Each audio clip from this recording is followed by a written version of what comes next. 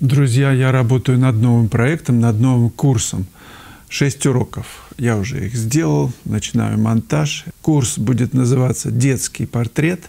Я работаю с энтузиазмом, с вдохновением, и надеюсь, он будет просто актуален для вас, потому что у всех есть дети, внуки, и хочется их рисовать. Как это делать? Будем изучать. Я писал самой сложной техникой, акварелью, но вам можно будет работать любым материалом, который вам интересен, доступен, но можно изучать акварель тоже. А сегодня ночью заканчивается скидка на все мои курсы, которые я сделал до этого в онлайн-школе. Там еще выложил несколько работ небольшого формата, маслом, вы можете их приобрести. Имран Гулиев. Хочется ненавязчиво спросить, а куда делась бутылка, которая присутствует на холсте? Я в Армении писал натюрморт, и эта бутылка подарена была мне дядей Володей, у которого винодельня в деревне Арени. Бутылки, не волнуйтесь, я нашел достойное место, она у меня в коллекции. Рагман, приоткройте немного секретов своего творчества в плане ведения своих блогов в интернете. Сознайтесь, что у вас есть один или много помощников при создании и публиковании роликов, хотя бы на YouTube. Вы же не всесильный мастер. Колитесь, колюсь. Помощник у меня жена, супруга Юлия, но она ведет школу, сайт онлайн-школы, размещение публикаций, ведение на ней. Это сложная работа. Что касается роликов, ну вот я записываю сейчас. После записи час примерно монтирую и выкладываю на YouTube. Ну и там еще ВКонтакте, Дзен и в Фейсбуке. Ну и все. А чего тут помогать-то? Потом иду заниматься спортом каждый день, без выходных. Ну, где-то 2 часа. Потом работаю. Ну, пишу что-то. Вот создаю проект новый. Александр Морозов. В баночке гуаши появилась плесень. Не знаете ли, чем ее извести? Друзья, помогайте. У меня такое бывало как-то. Ну, просто другую покупал гуашь. Видимо, недостаточно добавили какого-то там нашатырного спирта, что ли. Он добавляется, чтобы от плесени. Ну, что-то надо придумать. Александр Липовский. Леже, Матисс и прочие модернисты. Это не прогресс, а распад, с большими буквами написано, цельного искусства. На составляющие, опять большими буквами, и игра с ними, это уже маленькими. Процесс, свойственный всей культуре. Так главным философом остается Платон, кто бы спорил, а последним был Гегель. Так, дальше одни литераторы и комментаторы. Иногда очень талантливые и забавные. Тоже и в ИЗО. Но приходит время, когда начинают попадаться и не только талантливые и забавные, а и, как бы это сказать, те, которые идут, ну, дальше, что ли, глубже. Но просто, на мой взгляд, в природе все абсолютно точно. Приходит время, яблоко созревает и падает, созревшее. Не приходит время, пока висит на ветке. Может и не созреть вообще. Холода, морозы, условия внешние. Кого-либо выделять из плеяды людей, осознающих, я бы не стал. Просто нужно самому быть подобием начальства. Помните об этом, может быть, этого и достаточно. Так, а Матисс, Леже и прочие, да, это распад. Ну, как сказать, влияют. Если ты идешь, например, по крыше, по гребню вот этому, ты видишь и распад с левой стороны, и закат, ну, в смысле, и расцвет с другой стороны. Но ты находишься не там, не там, ты посередине, ты просто видишь все. Все нужно для того, чтобы яблоко созрело. Нужен свет, солнце, нужна влага обильная, ну, я имею в виду знания, в том числе и Платона, и Гегеля. Нужно еще желание, внутренний импульс, чтобы двигаться дальше. Ну что вам эти вот, те, которые распадные, чего они вам? Давайте сами, покажите, на что вы способны миру, и не ругайте никого. Просто докажите делом, что вы талантливее Платона, Гегеля, Леже, Матисса и прочих модернистов. Дайте нам посмотреть на ваши труды. Ну, в Телеграме, если это живопись. Если не живопись, то почитать дайте. Ну, поучимся вместе. У нас такая палата. Мы друг у друга учимся.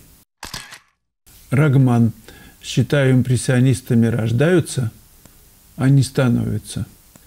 И не только импрессионистами, живописцами рождаются, да. А я видел, например, рисунки Фешина, Коровина, ранние. Вообще нет ничего интересного. Причем даже уже такие, когда в академию поступил. Значит, не рождаются. Ну, пусть это ваше мнение останется вашим мнением. Я считаю, что становится. Ну ладно, идем дальше.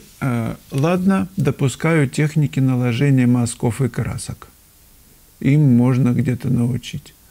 Но видеть цвета и способность их подобрать и уложить на холст – это дано по рождению. Ну да, видеть цвета. То есть вы, например, видите, что это вот не красное, да, а что, какое-то другое, да. Ну, в сравнении, я не знаю, вот с таким.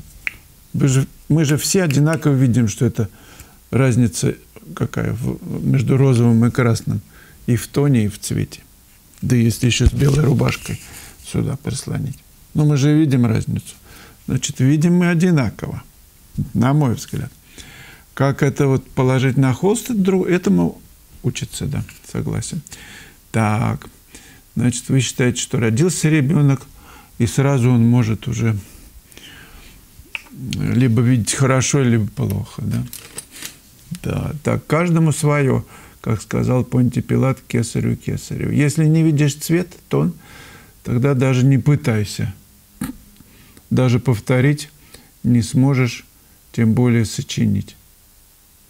Почему не пытаться-то? Я вот пытался, но проходит несколько лет, пока ты сможешь. Это согласен. Это труд. Ну и что?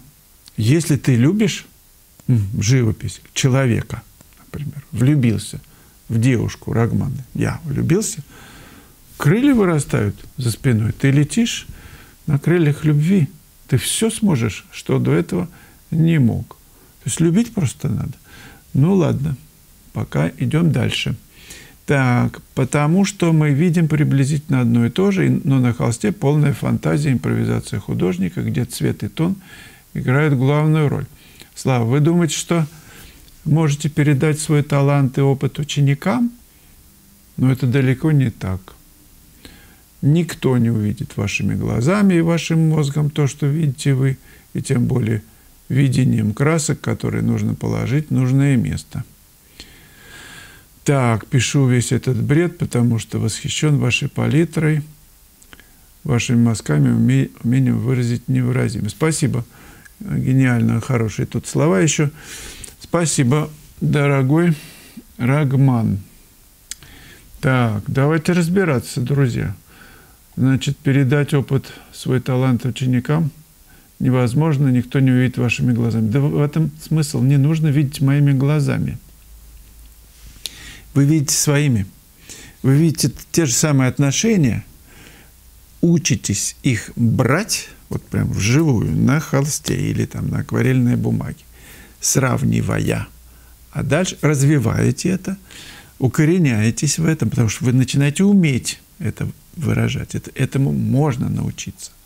Дальше включается ваше композиционное чутье, его тоже нужно воспитывать просто методом проб и ошибок, бесконечными поисками. И нужен просто наставник, кто указывает на самый интересный, самый выигрышный, выразительный. Вот. А потом вы уже начинаете вот на этой базе, на этой основе творить. И видеть всегда вы будете своими глазами. В этом-то вся прелесть. Те приезжают, кто студенты ко мне на классы. Во-первых, почитайте и посмотрите видеоотзывы, что они говорят и пишут. какой у них идет рост. Вы можете посмотреть на их работы. Но если бы вы их еще видели до этого и там как бы сравнили, но они сами сравнивают, их близкие сравнивают. Видят их успехи люди, которые приходят на выставки. Вот что интересно. Идет рост. Для меня это очень дорого и говорит о том, что то, что я делаю, ну, это нужно. И в этом есть смысл. Просто не надо трусить. И надо делать дело, если это действительно нравится. Делать его с удовольствием, ну, придется попотеть. Ничего.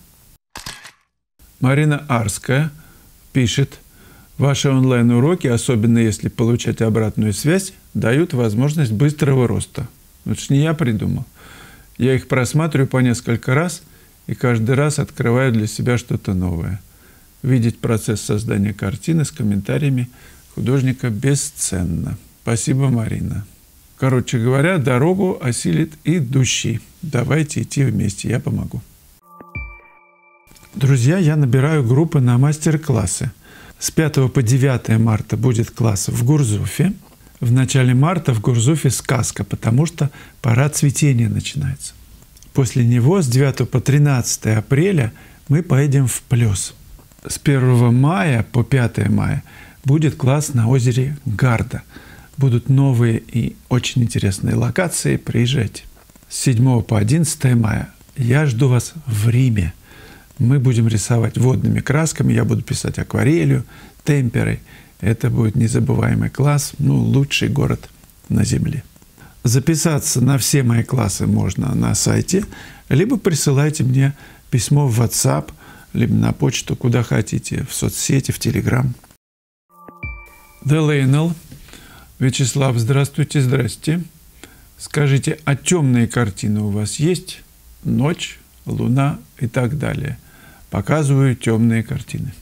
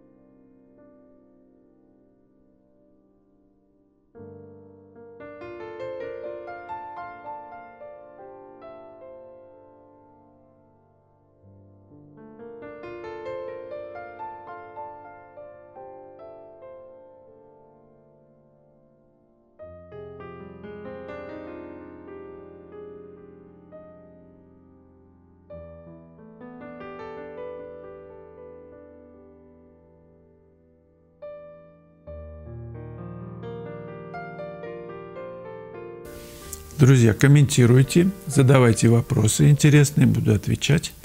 И делитесь с друзьями этими видео. Предлагаю посмотреть еще один видеоролик. Называется «Музей-квартира Исаака Бродского». В Петербурге я снимал для вас. Ну, пока.